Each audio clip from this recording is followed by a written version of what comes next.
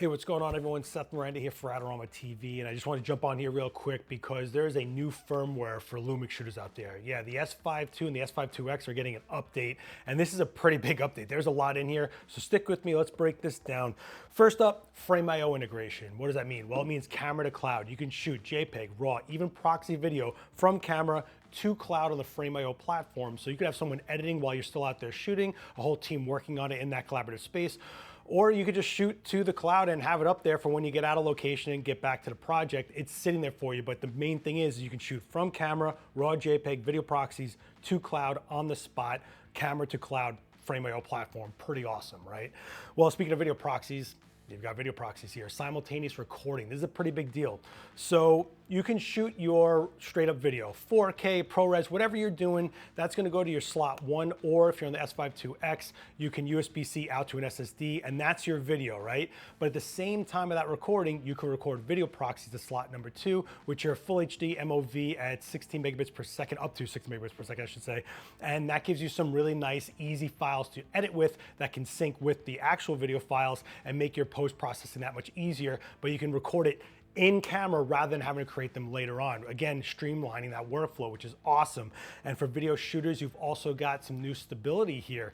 Yeah, so instead of just on and off, you now have on, standard, or high, which they're saying can actually work really well if you're running with the camera, fast moving, fast action, any type of erratic movement with the camera. They're saying it'll help mitigate that a lot for you with this extra high setting on the stabilization, which you know we love to see. But they didn't stop there. Still shooters, they got you covered. Autofocus got improvements. Yeah, so you had human eye and you had animal body, but now you have animal eye. So it's not just gonna recognize the body of the animals, it's gonna go right to the eye, which is good. But you also got some vehicle subject recognition in here too with cars and motorcycles, which is awesome. And just some general improvements to the overall autofocus is happening with this firmware update, which you love to see, right? We all love better autofocus.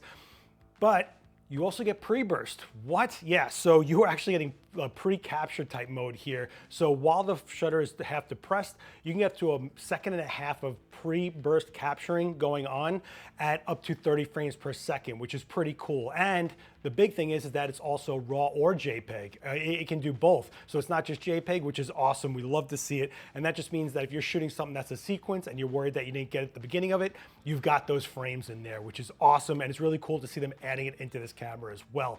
And there's all over bug fixes and firmware and stability improvements all over this camera in general, but those are like the big highlighted features. But they're also going to give you guys a new software out there that you can choose to get into if you're into high volume workflow. So what is high volume? Well, think maybe student photography. You're going to shoot for an entire school. You're shooting athletes, school sports, right? You need things to stay consistent, where the person stands, the framing. It'll give you in the camera the ability to have framing lines for the type of crop you need for an 8x10, 5x7, 11x14, whatever it is. It's got it in there, but it also gives you posing frame lines, so you can have the face exactly where for every person that you've shot that day, and even for a prop, say they're holding a ball or something like that, you can make sure that that's in the same place as well, and even groups, so the whole team, for example, because that's the whole thing with types of jobs that are high volume is consistency. But not just that, it's, well, what is the information for each person you're shooting? Because you're doing a lot of people that need to go to specific places.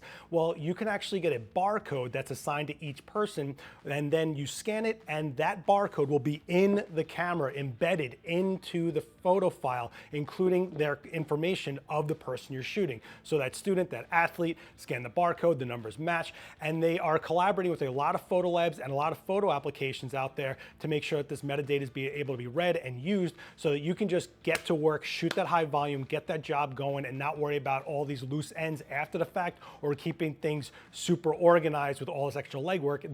They got it covered for you. So all you S5II and S5IIx owners, you've got some new features to mess with, so go check them out. Hit the links down below for the full specs though, all the little asterisks, all the craziness. Every little detail is down there in those links, so check them out. But if you do have any questions, hit me with a comment. I'll do my best to answer it, but I'm just gonna go and run to those links and check them out. So go check them out for yourself. And if you wanna check out that high volume photography software, the link's there as well. You might wanna look into that if you're doing a lot of school sports like that. I think you'll be really interested in it, especially if you already own the S5II or the S5IIx.